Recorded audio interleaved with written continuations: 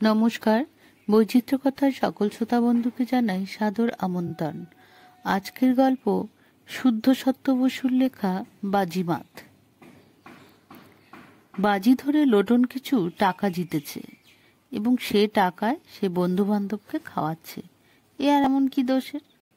রেসের বাজিও নয়, কোনো রকম জোয়া জুচ্চুরিও নয়, স্রেফ ওয়ানডে ক্রিকেট খেলা দেখতে গিয়ে কথায় কথায় বাজি ধরা।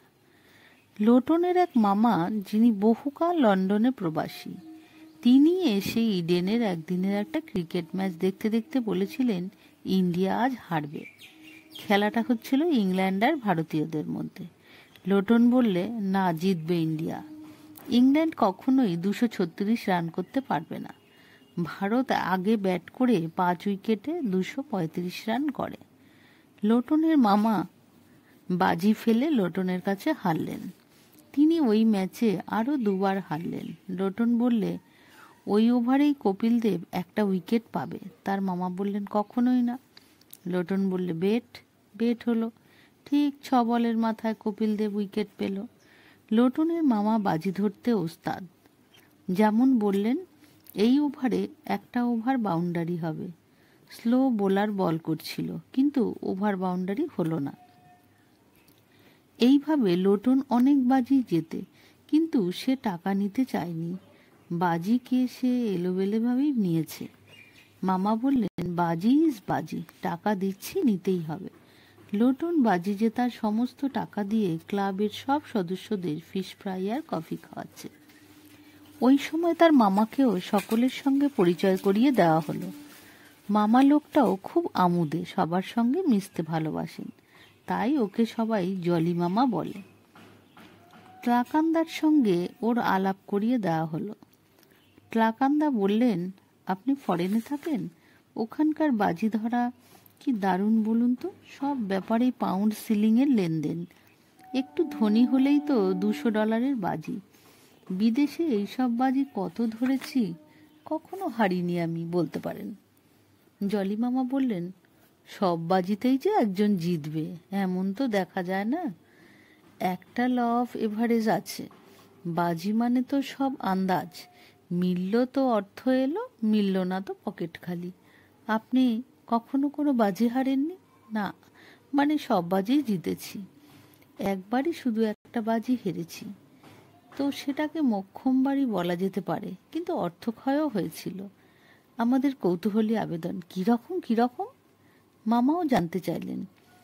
জেতার বাজিও 2-4টে বলুন, আর যেটাতে হেরেছিলেন সেটাও শোনান না। ট্রাকান্দা মুখিয়েছিলেন, লন্ডনবাসীকে পেয়েছেন কাছে, সুতরাং ইংল্যান্ডের লোকেদের গল্প বলার সুযোগ তিনি ছাড়েন কি করে? হ্যামডেন স্টেক জায়গা নিশ্চয়ই জানেন। বাজি, জুয়া, জালিয়াতির জন্য জগৎ বিখ্যাত বলা যায়। ওখানে প্রায় সব ব্যাপারেই বাজি ধরা হয়। 1 ঘন্টার মধ্যে বৃষ্টি হবে কি হবে না। আজ নিউম্যান বইয়ের দোকান থেকে টমাস হার্ডির কোনো উপন্যাস বিক্রি হবে কি হবে না। এরকম তুচ্ছ ব্যাপার নিয়েও যেমন বাজি, তেমনি শারীরিক কসরত, অসম্ভব কলাকৌশল দেখানো নিয়েও বাজি ধরা হয়ে থাকে। যেমন দাঁত দিয়ে নিজের চোখ কামড়াতে পারা না পারা নিয়েও বাজি। হ্যামডেন স্টেক ইংল্যান্ডের উত্তরে, ঠিক স্কটল্যান্ডের দক্ষিণ সীমান্তে। পৃথিবীর তাবড় জুয়ারির আড্ডা এখানে। সব সম্প্রদায়ের লোকই কথায় কথায় বাজি ফেলছে। আমি গেছি আমার এক বন্ধু হেনরি রুডলাফের সঙ্গে দেখা করতে। হেনরির বড়দা জন। তার নেশা নতুন লোক দেখলেই যে কোনো বিষয়ে বাজি ফেলে তাকে হারাতে চান, আর এইভাবে বাজি ধরে তিনি কিছু রোজগারও করেন। হেনরি আমাকে জনের সঙ্গে আলাপ করিয়ে দিলে। জন বললে, আপনি তো ভারতবাসী, নানা জাদুবিদ্যা জানেন, এমনকি জাদু দেখাতে পারেন, যা আমি জানি না বা দেখাতে পারি না। চট করে আমার মাথায় দুষ্টু বুদ্ধি খেলে গেল। আমি বললুম, আমি দাঁত দিয়ে আমার চোখ কামড়াতে পারি, আপনি পারবেন? জন কয়েক মিনিট ভাবলেন, পরে বললেন, অসম্ভব, এটা কেউ পারবে না। আমি $25 বেট ফেলছি। আমি বললুম, অত বাজি রাখবেন না, আপনি হেরে যাবেন, আমি পারবো। বেশ, কামড়ে দেখান।